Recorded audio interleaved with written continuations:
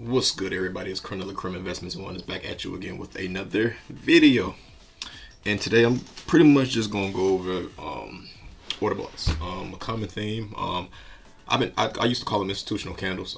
Still do from time to time. Because that was my first original strat. Well, it was an MA cross strategy that I originally learned, but there was this group called Trade House through IML. I don't know if anybody's ever heard of them, but that's who I actually started under learning SMC, ICT, liquidity concepts from. But I'm essentially going to show y'all how to find the best opportunities, the most probable ones to play off of. And it's honestly simple. Just go up on the time frame.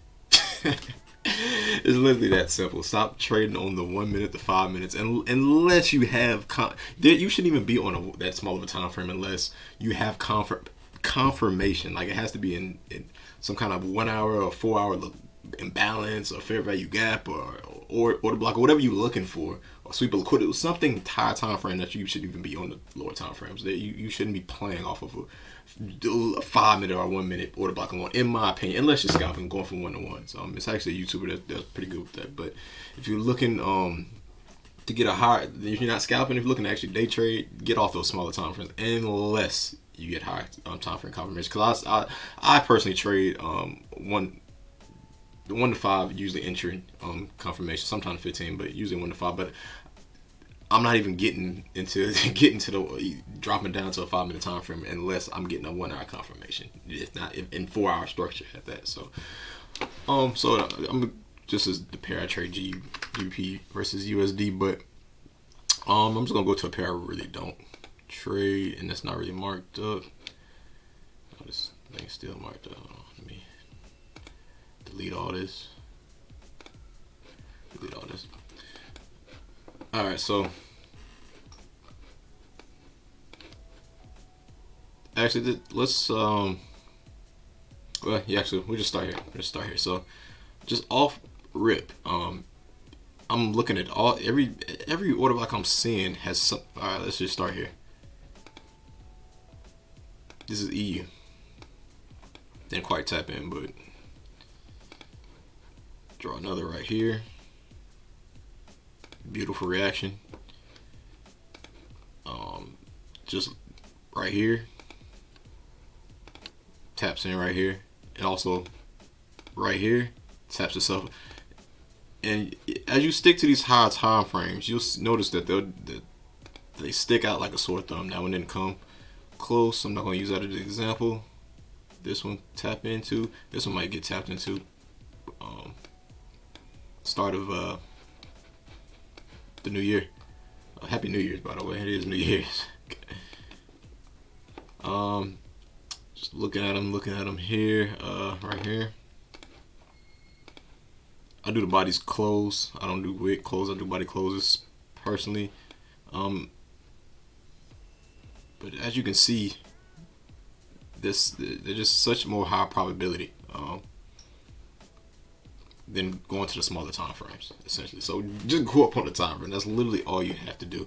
And I'm gonna show you some examples of just on the smaller time frames and how often they just fail. And because you'll get a reaction, but they'll usually just go with like a 1 to 1. They're not going. Usually the probability is not going any higher than that. So I'm just looking at this right here. Failed.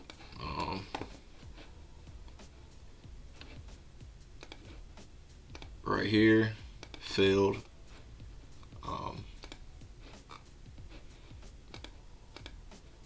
And it's only 5 minute right here, so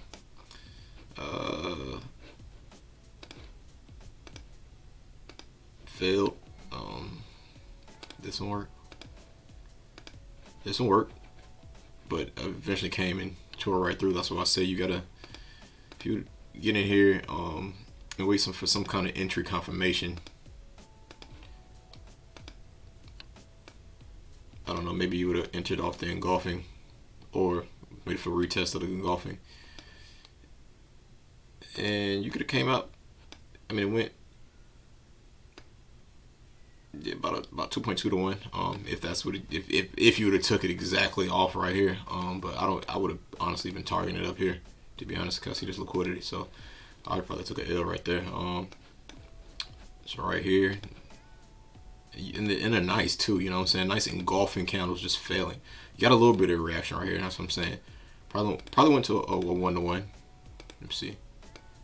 Just say I don't even know if we, because I mean you could either entered off the retest and had it up here, or you could just entered off the whole engulfing candle. Either way, and put it above the zone maybe. But let's just say you just took the trade right here above the zone. And yeah, went about a 1.5 to 1. That's where it went to. But who in all honesty would have got out right there? You know what I'm saying? I probably would have been, if I did get in there.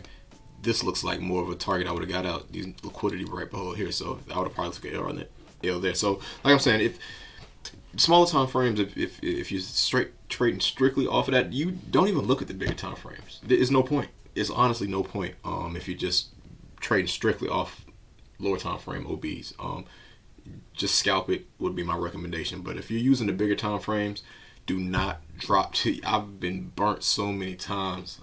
Please save yourself the trouble of getting burnt all these different times on these smaller time frames. Use the bigger time frame. My strategy in a nutshell, I'm not going to actually set a confirmation, but in a nutshell, look at the daily swing high, swing low, match the liquidity. Peep that. That's a good keynote. 4-hour structure, 1-hour OBs, and within that, it has to have a certain confirmation, and then within that, I drop down to my 5-minute, 1-minute time frame, and look for some kind of either breakout or break a retest or engulfing candle. Simple as that.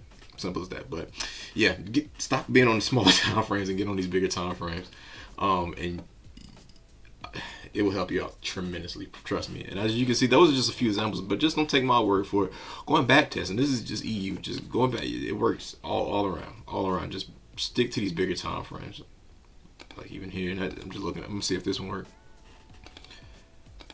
See, yeah, gave you a reaction, came back, gave you a reaction, but who knows what kind of entry confirmation would have had out of that. But that is the end of the video. I hope y'all enjoyed that, and appreciate everybody that keeps watching. You know, I'm really trying to be consistent this year. I've already started. I didn't really wait till the New Year's to start putting back out videos, but I really want to be consistent with this. And whoever rocks me. Who doesn't, it doesn't. It is what it is. But I can control my consistency, and I can put out good content. And because I have a wealth of knowledge, this is 3 years plus of so many failed funding accounts, failed real accounts, blown accounts, different mentors, everything. But that is it. Crim is out.